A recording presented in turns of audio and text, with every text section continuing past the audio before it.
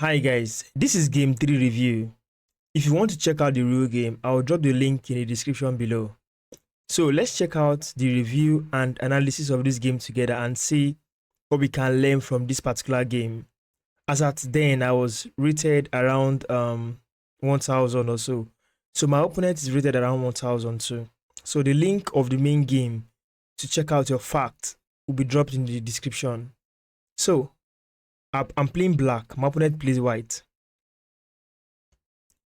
Now he played pawn to e4, which is a book move. That's why you see the icon book there. So um I played c5. This gives us the Sicilian defense. Whenever you see pawn to c5, it's the Sicilian defense. So in this regard, um um this move is meant to control this particular square and also this square too. However, since I'm focusing on the center squares, this is where I'm controlling more. This is where my attention is. So my opponent played a continuation with pawn to d4, went for an open Sicilian immediately. So immediately I saw this move, I knew that okay, I know some lines connected to Sicilian. What should I do? I need to resolve the relationship here first. This place, I need to solve the question. The question is, white just threw a pawn to d4. If I leave the pawn to take, so how do I address it? I can address it with pawn to e6, thereby hoping that if my opponent takes the pawn, I will take back. Well, I have come to realize that at some point after I push pawn to e6, my opponent can choose to continue with the knight or push pawn forward, trying to play differently out of the books. So what I used to do in this position is to take the pawn. That's my own concept. I believe that once I take the pawn, I have given myself lesser headache. I can now focus on my development. That's what I did. Exactly what I did. My opponent took back with the queen. I saw this early queen development as an opportunity for me to attack or just bring out my pieces. So I said, okay, what will I do first? I did d6 first. But the engine says I should execute knight to c6 immediately. So I can go after that queen as quick as possible just to use the queen to gain tempo on development. However, this move here, I don't want this guy to push this. So even if he pushes now, I won't just take. I'll play the knight so that I can attack the queen and the pawn. That's an idea too I have there. So in this case, computer says this guy should play something. He should play knight here instead. But he played this particular knight to f3, which is logical. The idea, he wants to develop the minor pieces from this king side first. The bishop will come outside, then he castles faster than I do. And at the same time, you see, he still has this kind of check coming up again. So, well, what did I do? I went with bishop, stopping this check. My mind is king safety. I've learned a lot in chess, so I'm trying to apply the principle I've learned step by step. This is a book move. It is not wrong.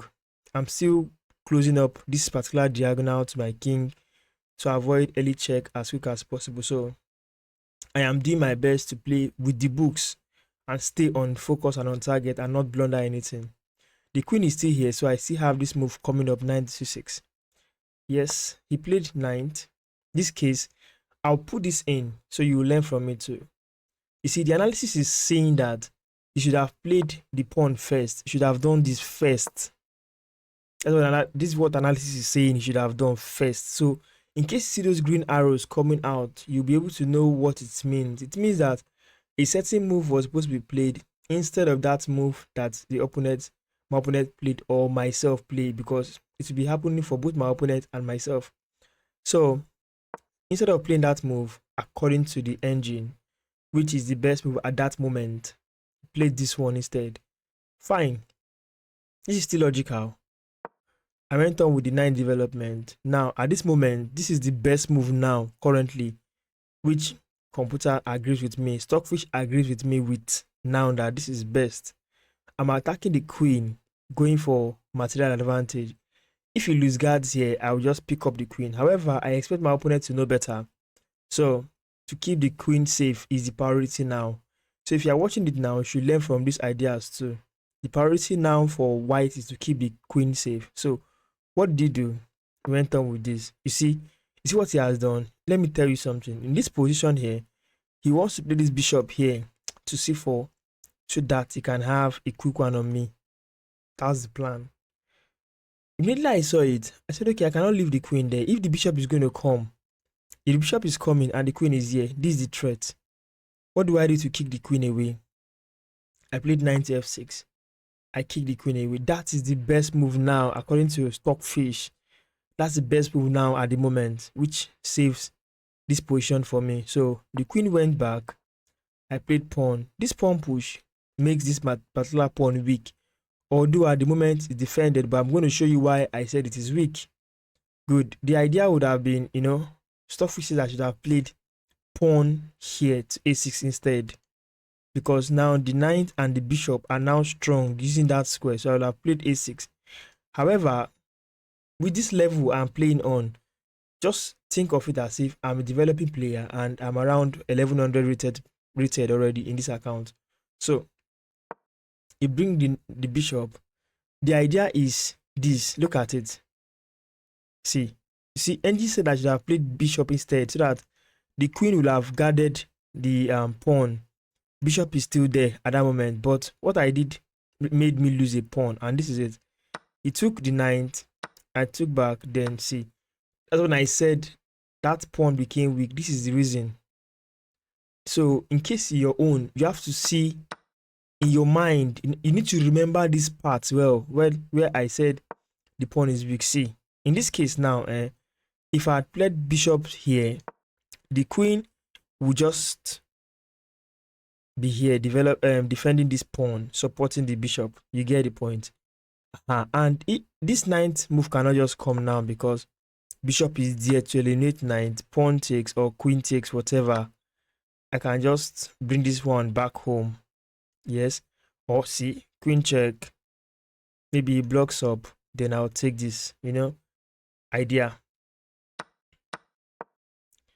So I totally missed that move. I went for something different. This happened. I lost a pawn. At this moment, I was already shaking because now I've lost a pawn. How can I equalize the number of pawns back and win the game? Very strong. So I just went on with my development. But before I developed, I wanted to castle. Yeah. That's part of the plan of development. In the middle game and the opening, the king is kept safe. It's the end game you bring out your king to come and fight as a fighting piece. So I needed to castle, but in this position, the queen is very active, attacking one of the squares. The king will castle through to. So what do? I chase the queen away first. Queen left that square. Then I went on to castle. So after castling, he also castled too. Now he has mounted pressure on me. This bishop is attacked 2 times by the rook, queen, attacking the bishop. What to do? I cannot just leave it here. So I went on to play bishop to e6.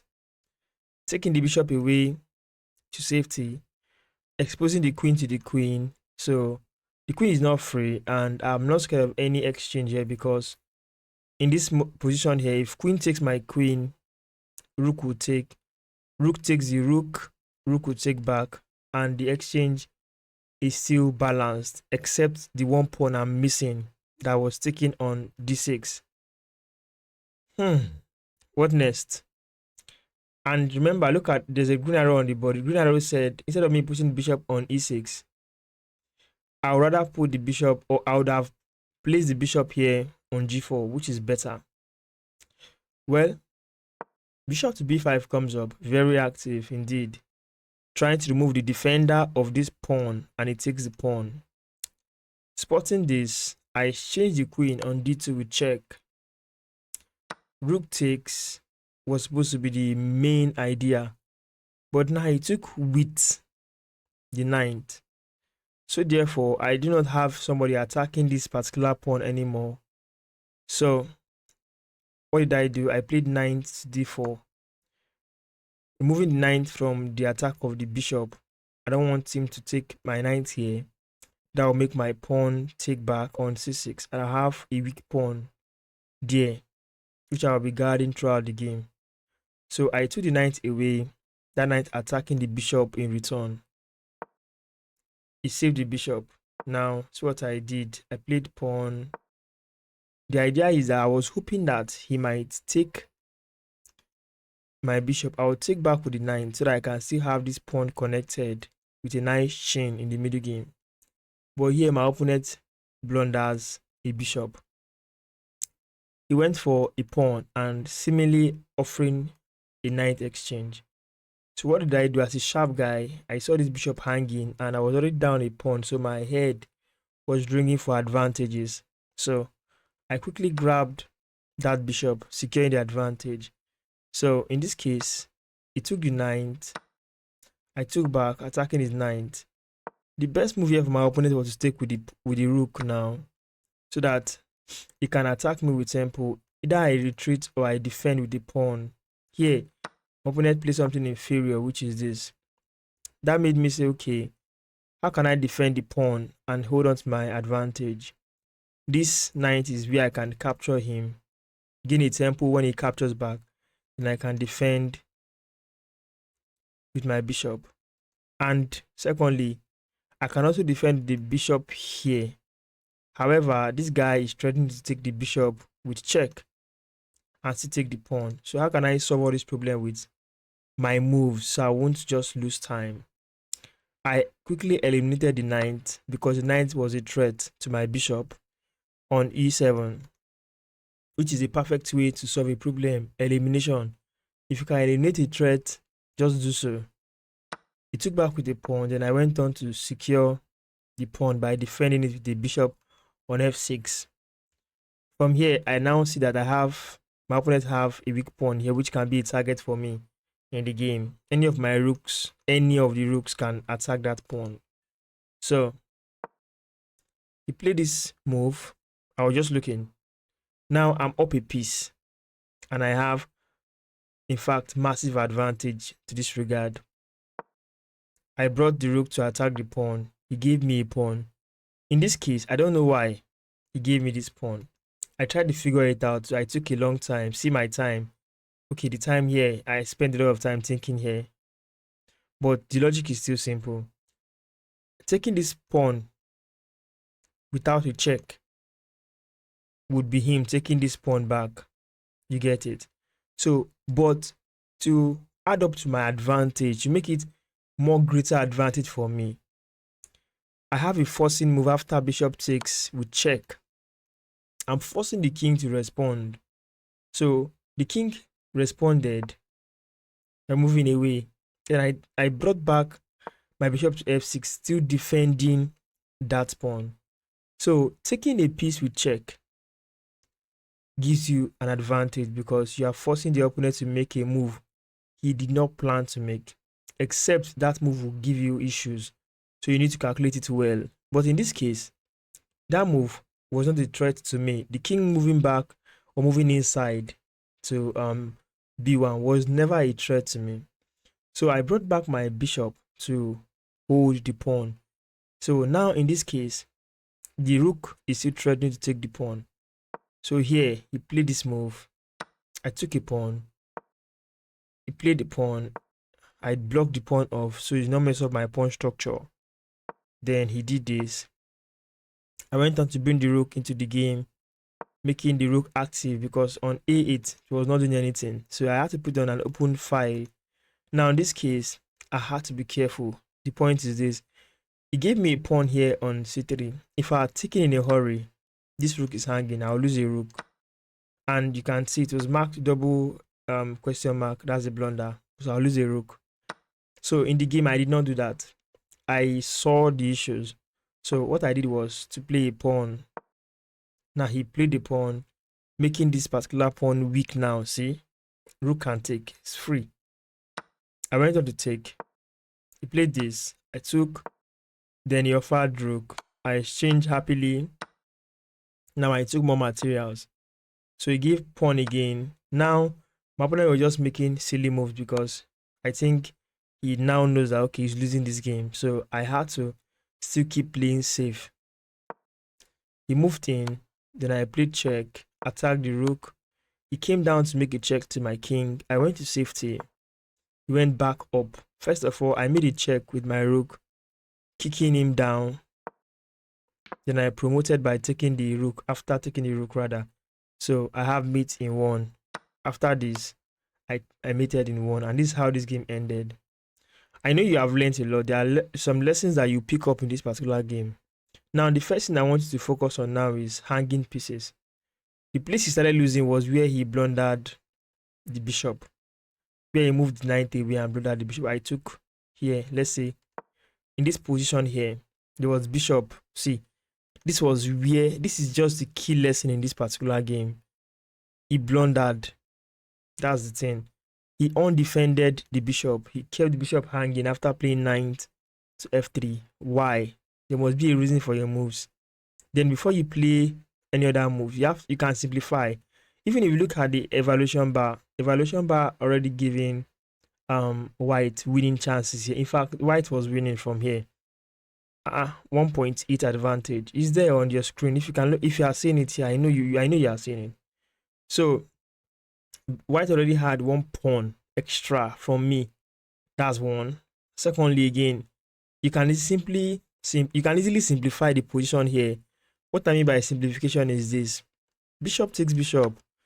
I won't take with a pawn. See, if I take with the pawn, I'll have this problem.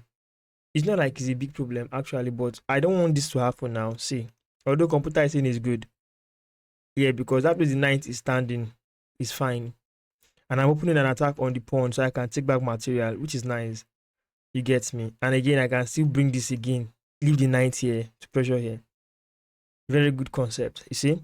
So in this regard here, I could have done that, but my own trading, I get to work with on specific kind of logic. I believe that taking with the knight is fair for now. For me, that's for me. So I just learned something new now, that I should not be scared of double pawns at some point when it concerns the center. If I had done this, computer is saying this guy will do this, attack the bishop with tempo. Although I can put the bishop here, which seems fine or logical to me, going after this pawn. That's if he finds this, that's okay by him. I want to be able to come back here with the knight and saving the rook and pressure the square. Good. But now that I just check this position, after simplifying, pawn takes looks logically okay. Opens an attack, prevent the knight from coming here. My knight is stronger here. My knight becomes an octopus with 8 tentacles. 1, 2, 3, 4, 5, 6, 7, 8. Stronger than any of his knights for now on this board. Then this rook is coming here, pressure this pawn and many others. Guys, thank you for watching. Do not blunder like my opponent. Immediately he did this, I just took the bishop and I converted to the end and I won the game. Thank you for watching. See you in the next review. Till then, take care.